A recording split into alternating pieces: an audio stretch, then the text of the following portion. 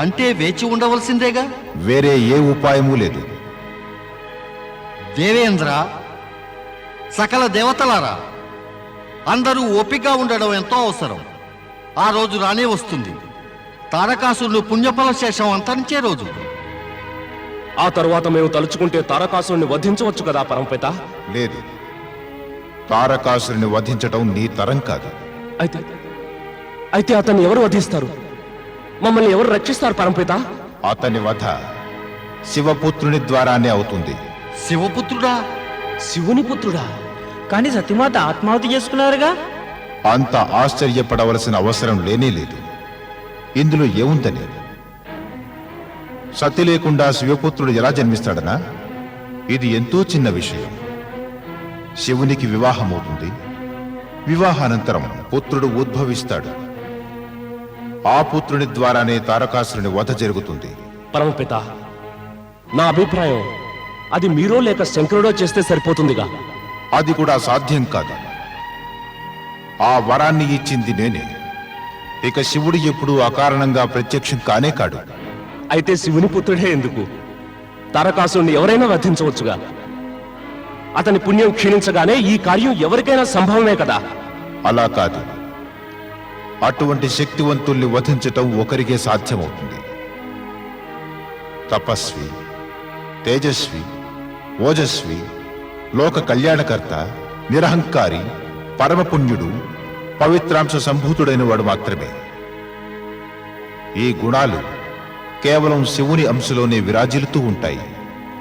తారకాసురుని వంటి యోగ్యుడైన అసురుని వధించడానికి భోగలాలసుడు కాదు, యోగి పుంగవుడే ఇందుకు సమర్థుడు. ఇంకా ఈ జగత్తులో శివుణ్ణి మించిన యోగి ఎవరున్నారండి? కానీ పరమపిత, శివుడి వివాహం చేసుకుంటాడా? సతీదేవి వియోగంతో నిత్యం సమాధిలోనే ఉంటున్నాడు. శివుని వివాహం సంభవమేనా? ఖచ్చితంగా. సతి ప్రసాదించిన వరాన్ని అనుసరించి శక్తి ధరించబోయే అవతారం హిమవంతుడు అతని పత్ని మైనారాణి యొక్క పుత్రిక రూపంలో అవుతుంది. పరమపిత, శక్తిమాత తిరిగి మళ్ళీ అవతరిస్తుందంటారా? అవును, ఆమెయే వరమిచ్చింది, తప్పక అవతరిస్తుంది. పరమపిత, సతీమాత ఎప్పుడు, ఎందుకు, ఎవరికి వరమిచ్చారో వివరంగా తెలియచేస్తే దేవతల మనస్సు శాంతిస్తుంది. ఒకప్పుడు హిమవంతుని పత్ని మైనాదేవి మనస్సులో సతిని పుత్రికగా పొందాలన్న కోరిక జనించింది. అందుకే ఆమె కైలాసంలోని ఏకాంత శిఖరం పైన శక్తి ఉపాసన ఆరంభించింది. ఓం ఐం హ్రీం క్లీం చాముండాయ విచ్చే నమః. ఓం ఐం హ్రీం క్లీం చాముండాయ విచ్చే నమః. ఓం ఐం హ్రీం క్లీం చాముండాయ విచ్చే నమః. ఓం ఐం హ్రీం క్లీం చాముండాయ విచ్చే నమః. ఓం ఐం హ్రీం క్లీం చాముండాయ విచ్చే నమః. ఓం ఐం హ్రీం క్లీం చాముండాయ విచ్చే నమః. ఓం ఐం హ్రీం క్లీం చాముండాయ విచ్చే నమః. ఓం ఐం హ్రీం క్లీం చాముండాయ విచ్చే నమః. ఓం ఐం హ్రీం క్లీం చాముండాయ విచ్చే నమః. ఓం ఐం హ్రీం క్లీం చాముండాయ విచ్చే నమః. ఓం ఐం హ్రీం క్లీం చాముండాయ విచ్చే నమః. మహారాణి మైనాదేవి, మేలుకో. నిన్నే మైనాదేవి.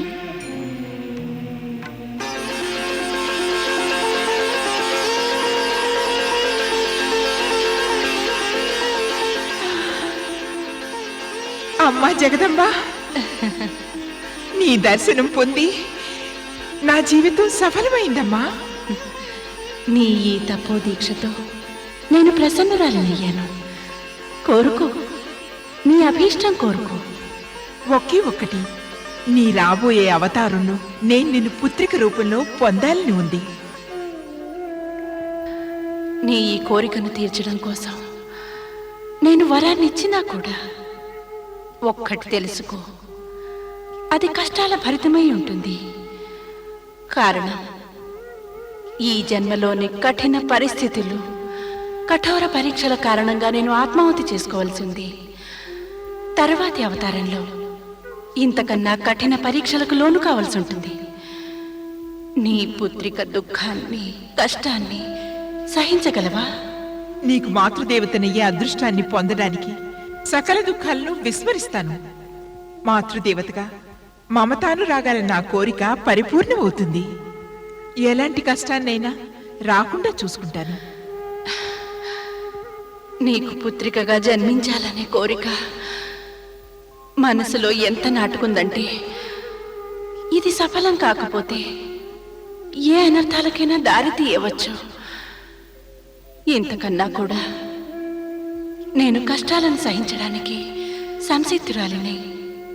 నీ పుత్రికగానే జన్మిస్తాను. నిజమా? నా తపస్సు ఫలిస్తుందా? నాకు నీ మాతృదేవతనయ్యే అదృష్టం కలుగుతుందా? అమ్మా, నాకు వరాన్నివ్వు. వచ్చే జన్మలో నీవు నా పుత్రికవై కటాక్షించాలి. తథాస్తు.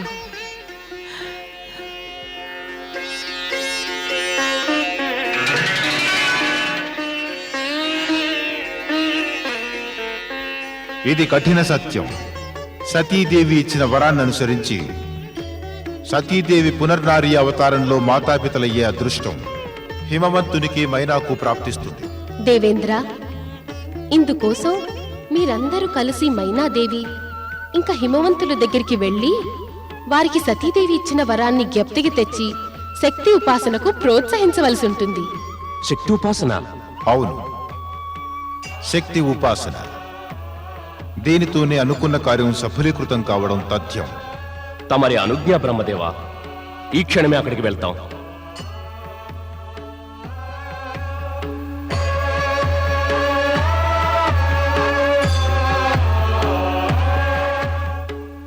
పరమపిత దేవతలందరినీ, మైనారాన్ని, హిమవంతుణ్ణి కలవడానికి పంపారు. మరి వారి శక్తి ఆరాధన సఫలమవుతుందా? అనుమానం ఎందుకు నారదా? శక్తి శివుని అర్థాంగి కదా. సతి అగ్ని ప్రవేశానంతరం శివునిలో వైరాగ్యం పెరిగిపోయింది. హే పరమపిత, ఇలాంటి స్థితిలో శక్తి అవతారాన్ని శివుడు సమ్మతిస్తాడంటారా? నారదా, నువ్వు ఈ నిజాన్ని ఒప్పుకుంటున్నావు కదూ? శక్తి సదాశివుని అర్థాంగి అని. అయితే ఇది ఒప్పుకో మరి. శివుడు సతివరాన్ని సంపూర్ణం చేయిస్తాడు. సతివరం సఫలం కావడానికి శివలీలా మహత్యం కూడా తప్పక ఉంటుంది.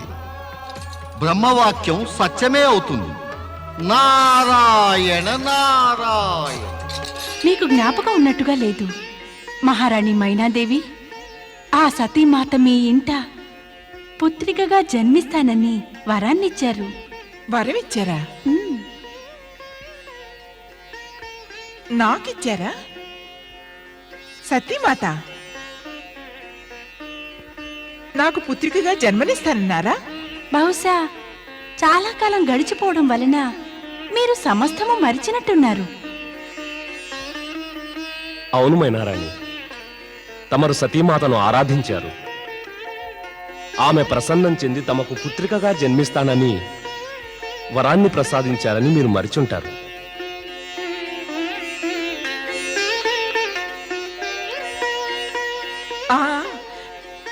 కొద్ది కొద్దిగా జ్ఞాపకం వస్తుంది. సతిని పుత్రికగా పొందడానికి నేను ఆరాధన అయితే చేశాను. అయితే ఇప్పుడు అది సఫలీకృతం కావడానికి తమరు మహాశక్తిని ఉపాసించవలసి ఉంది మైనాదేవి. అవును, తమరు శక్తి ఉపాసన చేయవలసి ఉంది. ఎందుకంటే సతియే శక్తి రూపం. శివలీల కారణంగా తమరు ఈ వరాన్ని మరిచారు. శక్తి ఉపాసన ద్వారా శక్తిని జాగృతం చేసి తమరు కోరిన వరాన్ని జ్ఞప్తికి తేవలసి ఉంది. మేలు చేశారు ఇక్కడికి వచ్చి. సతీమాత మాకు ఇచ్చిన వరం గురించి మాకు గుర్తు చేశారు. నేను మర్చిపోయాను. ఇప్పుడు జ్ఞప్తికి వచ్చిందిగా, అయితే మహాశక్తిని స్మరించండి. తప్పకుండా.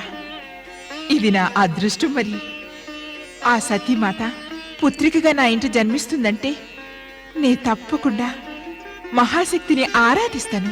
విధాత చూపిన అపార కృపతో మాకు ఈ అదృష్టం సంప్రాప్తించింది. మేము శక్తిమాతను తప్పక ఆరాధిస్తాం.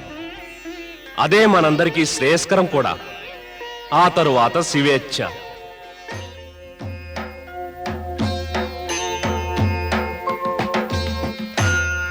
ఇది నిత్యం ఉన్న సమస్యే.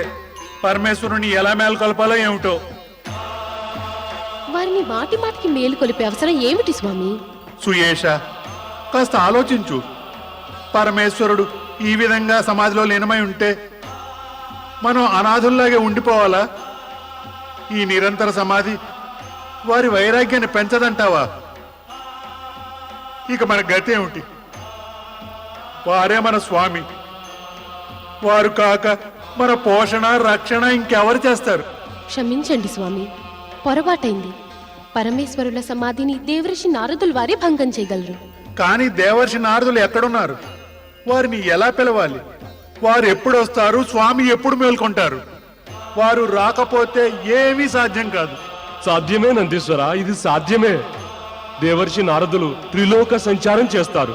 మనం అందరం కలిసి వారిని ధ్యానిస్తే తప్పక ప్రత్యక్షమవుతారు. అవును నందీశ్వర, మనందరం కలిసి వారిని ధ్యానిద్దాం. ఏం సుయేష, ఈ ఉపాయం మంచిదేనా? అవును స్వామి, అలా చేయటం మంచిదే కదా. హే బ్రహ్మదేవ మానసపుత్ర, హే ఋషిశ్రేష్ఠ, దేవర్షి నారదా, మీరే మమ్మల్ని కరుణించాలి. ఓం బ్రహ్మపుత్ర నారదాయ నమః. ఓం బ్రహ్మపుత్ర నారాయణ నమః. ఓం బ్రహ్మపుత్ర నారాయణ నమః. ఓం బ్రహ్మపుత్ర నారాయణ నమః. ఓం బ్రహ్మపుత్ర నారాయణ నమః. ఓం బ్రహ్మపుత్ర నారాయణ నమః. ఓం బ్రహ్మపుత్ర నారాయణ నమః. ఓం బ్రహ్మపుత్ర నారాయణ నమః. ఓం బ్రహ్మపుత్ర నారాయణ నమః. ఓం బ్రహ్మపుత్ర నారాయణ నమః. ఓం బ్రహ్మపుత్ర నారాయణ నమః. ఓం బ్రహ్మపుత్ర నారాయణ నమః. ఓం బ్రహ్మపుత్ర నారాయణ నమః. ఓం బ్రహ్మపుత్ర నారాయణ నమః. ఓం బ్రహ్మపుత్ర నారాయణ నమః. ఓం బ్రహ్మపుత్ర నారాయణ నమః.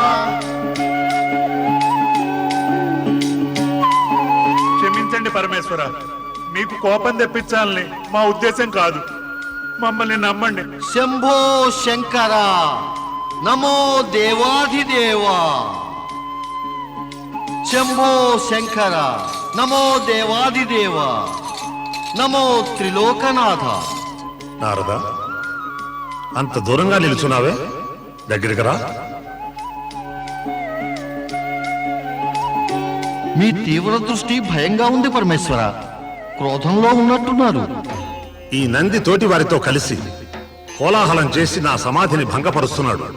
హే త్రికాలజ్ఞాని, అకారణంగా ఏదీ జరగదు. వీరందరూ నీ సేవకులే.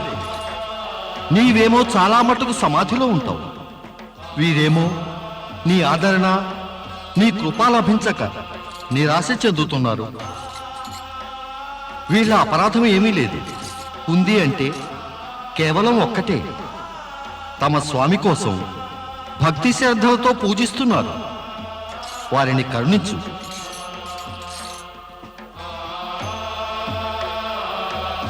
ఇంకా ఏమిటి నారదా, ఏదో సమాచారం తెచ్చే ఉంటావు. మీకు తెలియని సమాచారం అంటూ ఏదైనా ఉంటుందా దేవాధిదేవా? మీకు ఇది కూడా తెలిసే ఉంటుంది దేవాధిదేవా. బ్రహ్మదేవులు ఓ సత్యాన్ని ఉద్ఘాటించారు. హిమవంతుని పత్ని మైనాగర్భం నుంచి మహాశక్తి జన్మిస్తుందట. ఈ సత్యం నాకే తెలిసి ఉంటే మహాదేవా మీకు తెలిసే ఉండాలిగా. కానీ నాకు తెలియందేమిటంటే మహాశక్తి జన్మించే శుభగడియ ఎప్పుడొస్తుందా అని. హే మహాదేవా, కరుణించి ఒక్క విషయం చెప్పండి. మహాశక్తి ఎప్పుడు అవతరిస్తుంది? నారదా, అసహనం ఏమాత్రం మంచిది కాదు. అసహనం కాదు, అసహనం కానే కాదు పరమేశ్వర. జిజ్ఞాసతోటే అడుగుతున్నాను. నారాయణ నారాయణ. ఈ విషయాన్ని త్రిలోకాల్లో చర్చించి ప్రచారం చేద్దామనా? లేదు మహాదేవా, నేను మాత్రం అలా చేయను. నిజమే చెప్తున్నాను. నీ స్వభావం నాకు తెలుసు నారదా. చిత్రం ఏమిటంటే నీ నోట్లో నువ్వు గింజైనా నానదు కదా.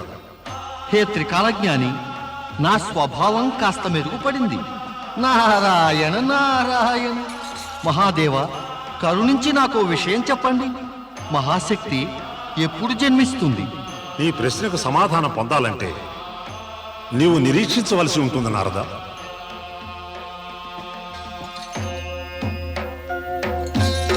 నారాయణ నారాయణ. ఊరికే చింతించకునంది. శీఘ్రకాలంలోనే మీ కష్టాలు తీరబోతున్నాయి. మీరు ఆ దేవదేవుణ్ణి సమాధుల్ని మేల్కొల్పడానికి నా గురించి వేచి ఉండక్కర్లేదు. అంటే ఇక ఆనందమే ఆనందం. మరి ఇది ఎలా సాధ్యం అవుతుంది? నంది, నీ ప్రశ్నకు సమాధానం పొందడానికి కొన్నేళ్లు వేచి ఉండాల్సి వస్తుంది. మరి నారాయణ నారాయణ.